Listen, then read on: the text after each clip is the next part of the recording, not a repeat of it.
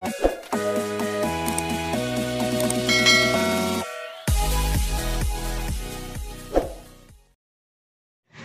semuanya, selamat datang. Bagaimana kabar kalian? Semoga baik-baik saja ya.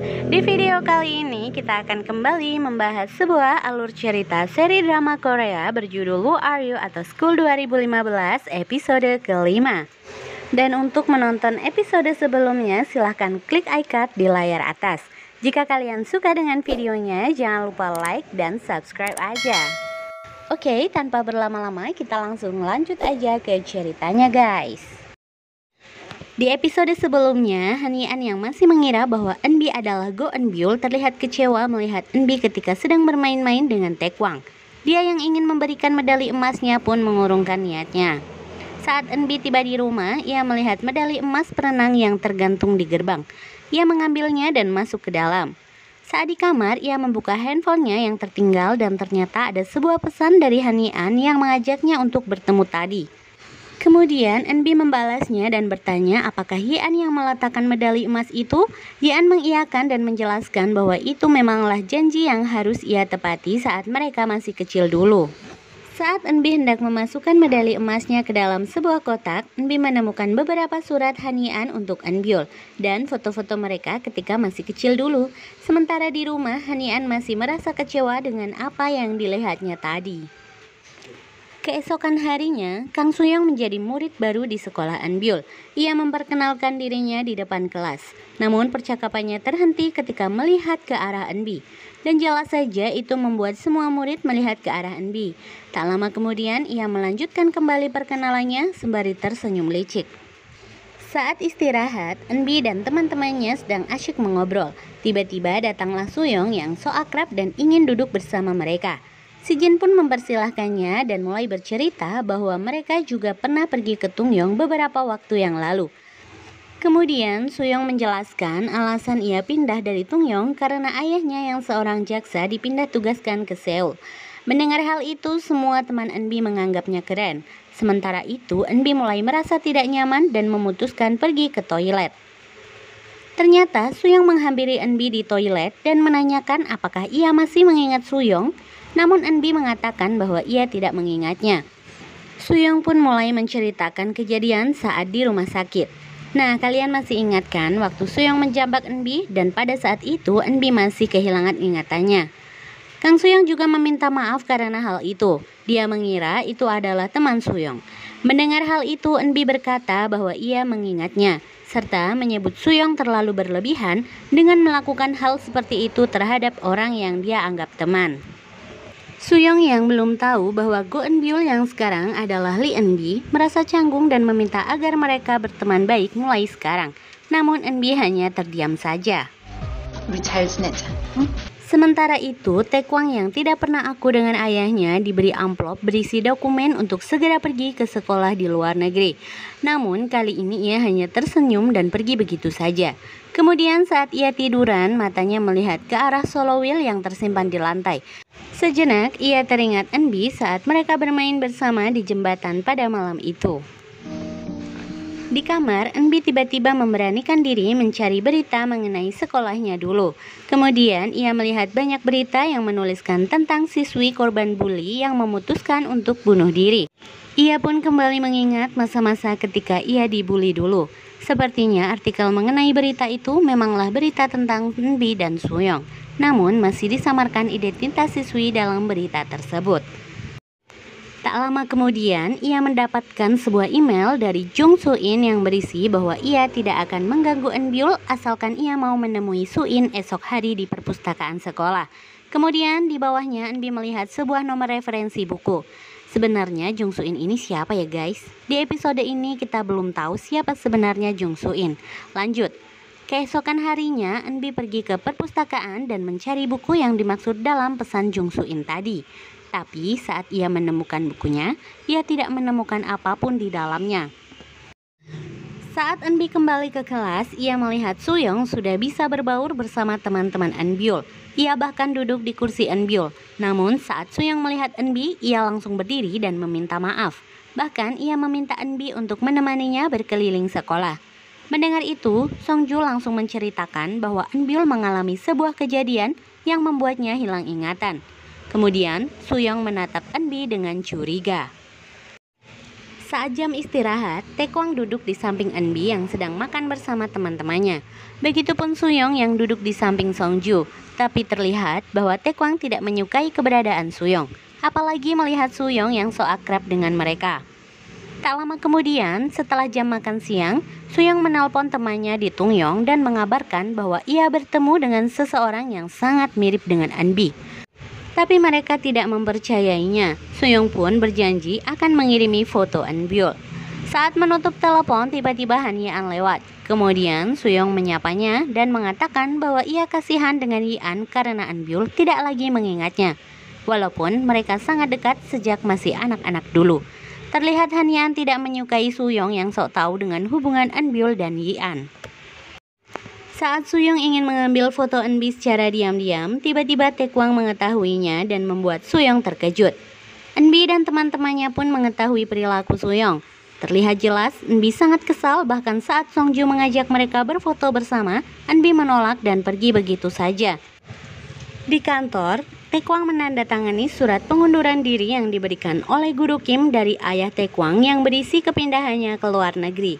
Taekwang yang sebenarnya sangat menyayangi ayahnya terpaksa menandatangani surat itu karena itu adalah kemauan ayahnya. Di malam hari, Yi-an pergi ke rumah Eunbyul dan duduk di depan gerbang. Di sana, ia mencoba mengirim SMS kepada Eunbi. Namun, belum sempat terkirim, Eunbi keluar dan mereka pun saling terkejut dan hanya terdiam. Tak lama, Eunbi mengatakan bahwa ia lapar.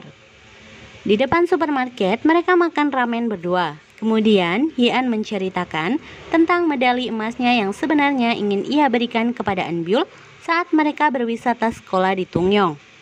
Namun saat itu, keadaan Eunbyul terlihat kurang baik. Kemudian, Yi-an bertanya apakah ia perlu membantu Eunbyul agar ingatannya kembali seperti dulu. Namun Eunbi menolaknya dan membuat Han Yi-an bertanya kembali apakah Eunbyul tidak ingin mengingat semua di antara Eunbyul dan Han Yi-an lagi. Mendengar itu, Eunbi tidak dapat berkata-kata lagi. Keesokan harinya, teman Suyong yang berada di Tungyong mengiriminya foto selebaran hilangnya Go Eunbyul. Ia terkejut saat mengetahui bahwa kejadian hilangnya Eunbyul dan meninggalnya Eunbi hampir bersamaan. Dan tentu saja itu semakin membuat curiga Suyong terhadap Eunbyul yang sekarang. Tak lama kemudian, Suyong masuk ke kelas lalu mengulurkan tangannya untuk meminta maaf kepada Eunbi karena mengambil fotonya diam-diam. Namun, bukan tanpa alasan karena Suyong memastikan kemiripan sikap Eunbyul yang sekarang dengan Eunbi yang dikenalnya dulu. Sayangnya Eunbi mengabaikan uluran tangan Suyong dan pergi begitu saja. Melihat itu, para siswi berkata bahwa sepertinya Eunbyul yang sombong sudah mulai kembali. Sementara Taekwang malah fokus memperhatikan perilaku Suyong dengan tatapan ketidaksukaannya. Saat berjalan di koridor sekolah, tiba-tiba ada seorang siswi yang memanggil Eunbyul. Eunbi mengira bahwa ia adalah Jung Soo-in. Namun, siswi tadi justru mengatakan bahwa Jung Soo-in sudah meninggal 1 tahun yang lalu. Mendengar itu, Eunbi bergegas membuka kotak merah milik Eunbyul dan melihat kembali nomor buku yang ia temukan sebelumnya. Kemudian ia kembali ke perpustakaan sekilas untuk mencari buku yang ia maksud. Saat membukanya, ternyata di dalam pembatas buku terdapat tulisan, "Eunbyul, meskipun kamu berpura-pura untuk tak melihatku, tak apa-apa, karena kamu masih tetap menjadi satu-satunya temanku." Eunbi kembali membuka buku itu hingga ia melihat banyak lembaran kertas yang tersimpan di halaman belakang. Di rumah, Eunbi membaca kertas yang ia temukan lembar demi lembar. Di sana, Eunbyul menceritakan kalau selama ini ada seseorang yang selalu mengikutinya. Namun ia tidak pernah berani untuk melihat wajah orang itu, karena ia terlalu takut untuk mengetahui siapa sebenarnya yang mengancamnya. Bahkan ketika ia sendirian di ruang belajar sekolah, orang itu mematikan lampu dan menutup pintunya. Tapi orang itu menghilang ketika Eunbyul hendak menghampirinya.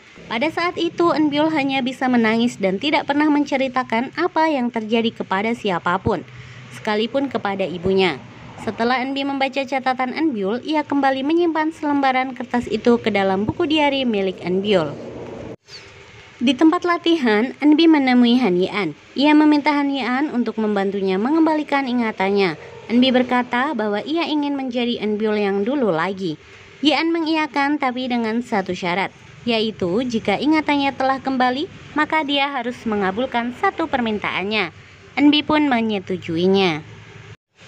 Tak berselang lama, tiba-tiba Taekwang mengirimi sebuah pesan kepada Enbi yang berisi foto selfie-nya yang akan melempar tas Enbi yang tertinggal di sekolah ke dalam air. Namun saat Enbi menerima SMS, ia masih bersama Yean. Dan Yean memutuskan untuk pergi mengambilnya. Taekwang merasa kesal karena melihat Yean yang mengambil tas milik Enbi. Di sisi lain, Taekwang yang ingin bertemu dengan Enbi mengucapkan kata-kata yang membuat Yean juga ikut kesal. Namun Yean hanya menepuk-nepuk Taekwang dan pergi meninggalkannya. Keesokan harinya, di toilet sekolah, Suyong bertemu dengan dua teman sekelasnya. Ia kemudian bertanya mengenai Enbyul. Mereka pun menjelaskan bahwa Enbyul yang sekarang berubah semenjak kembali ke sekolah setelah menghilang. Bahkan tulisannya pun sangat berbeda dengan Enbyul yang dulu. Mendengar itu, Suyong semakin yakin dengan kecurigaannya. Saat di kelas, Suyong menghampiri Enbi kemudian mengajaknya berbicara berdua. Enbi pun mengiyakannya dan mereka berbicara di balkon sekolah. Suyong mulai menceritakan mengenai sikap temannya yang bernama Enbi. Dulunya, ia bersikap sok pahlawan sehingga Suyong sangat membencinya. Tapi sayang, Lee Enbi mengakhiri hidupnya dengan cara bunuh diri. Kemudian Suyong bertanya apakah orang yang mati bisa hidup kembali. Saat itu Enbi yang terlihat ketakutan dan berkata bahwa ia kasihan kepada Suyong karena hanya itu yang ia pikirkan saat teman sekelasnya meninggal.